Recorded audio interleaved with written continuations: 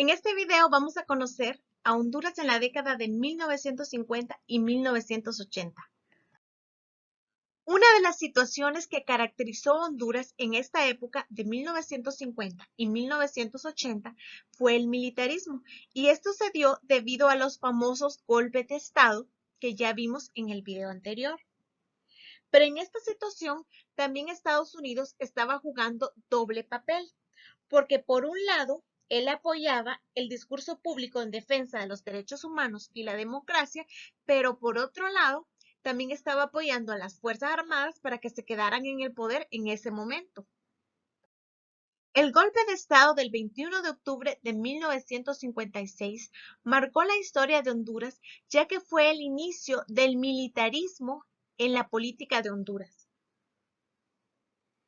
Motivado por la inestabilidad que vivía el país, el afán continuista de Lozano y la presión del Partido Liberal por ascender al poder, las huelgas universitarias, las revueltas populares, expulsiones, encarcelamiento de algunos líderes liberales, provocó que los militares gobernaran el país durante un año, con el compromiso de garantizar el respeto a la Constitución y entregar el poder a un gobierno civil.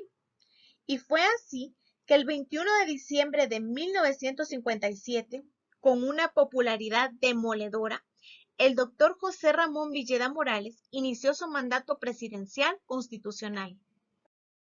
Pero el 3 de octubre de 1963, antes de las nuevas elecciones, las Fuerzas Armadas interrumpieron el periodo presidencial de Ramón Villeda para evitar que llegara al poder Modesto Rodas Alvarado. Este golpe de Estado implicó la masacre de decenas de miembros de la Guardia Civil y también exiliaron al mismo Villeda Morales y al candidato que iba a presidente en ese momento, que era Modesto Rodas Alvarado. Y en ese momento que López Arellano era uno de los dirigentes militares, se proclamó como presidente provisional de Honduras, en lo que se elegía nuevamente el presidente. Y se suspendieron las elecciones, aboliendo la Constitución en 1957.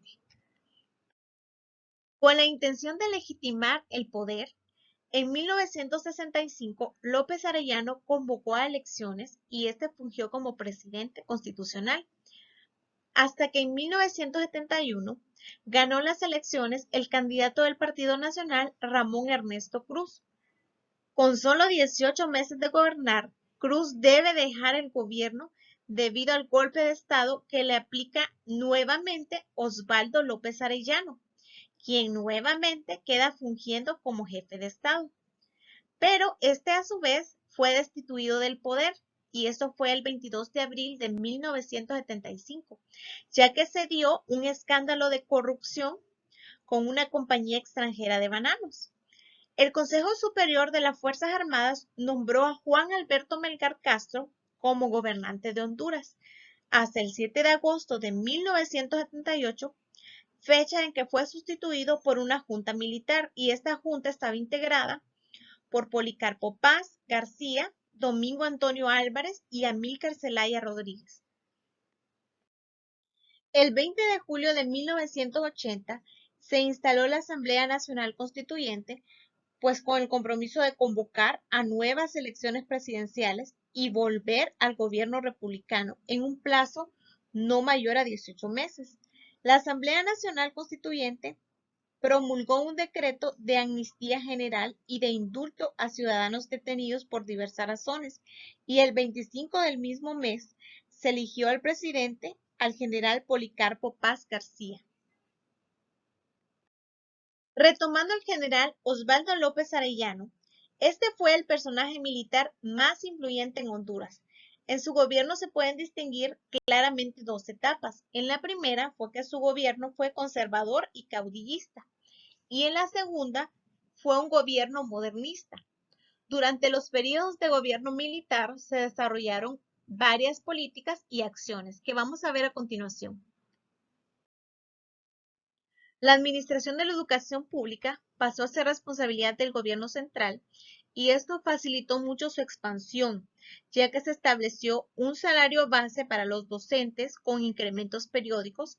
También se decretaron varias leyes, como la Ley Orgánica de la Educación, Ley de Jubilaciones y Pensiones y la Ley de Escalafón de Magisterio. Uno de los logros que se dio en esta época fue que se le otorgó autonomía a la Universidad Nacional de Honduras y se crearon otras instituciones como la Escuela Superior del Profesorado Francisco Morazán.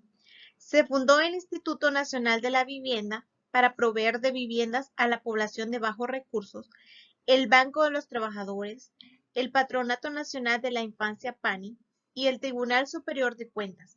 Se crearon la Empresa Nacional Portuaria, la CODEFOR, y se construyó la segunda etapa del proyecto hidroeléctrico Yojoa-Río Lindo. La huelga del 54 también es uno de los sucesos importantes de esta época, ya que los trabajadores de las bananeras salieron en masa, organizados, buscando un reconocimiento. Uno de sus logros fue que se fundó la Federación Sindical de Trabajadores Nacionales de Honduras. El movimiento campesino y la reforma agraria también obtuvieron uno de sus logros, ya que una de las primeras organizaciones campesinas fue el Comité Central de Unificación Campesina, conocida por sus siglas CCUC, que se transformó en 1962. Actualmente, el Consejo Coordinador de Organizaciones Campesinas de Honduras lo integran más de 10 centrales o federaciones campesinas.